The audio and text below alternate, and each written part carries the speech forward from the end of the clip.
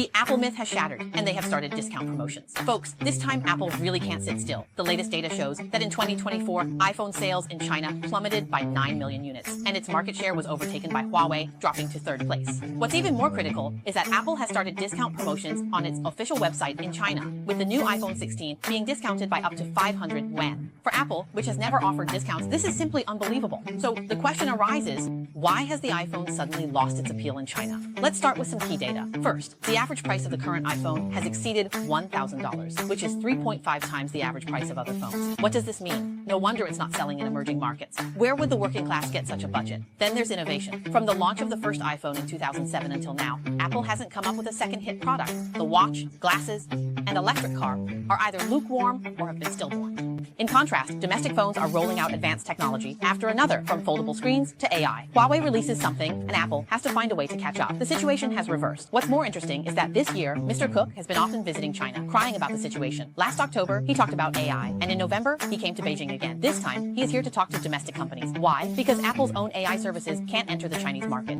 They can only seek cooperation with local companies like TikTok. It's quite ironic to talk about this, but Apple is really in a dilemma this time. Moving forward, the Chinese market still accounts for 17% of the company's revenue. Can they just give up such a big piece of the pie? The bases of 187 major global suppliers are in China. Can they just relocate the supply chain? Moving backward, if tariffs are imposed on goods, wouldn't the price of the iPhone skyrocket? To put it bluntly, Apple is now facing a dual crisis. On one side, domestic brands like Huawei and Xiaomi are catching up rapidly, even surpassing in innovation speed. On the other side, Apple can't find the next product that generates half the revenue of the iPhone, and still has to rely on its old successes.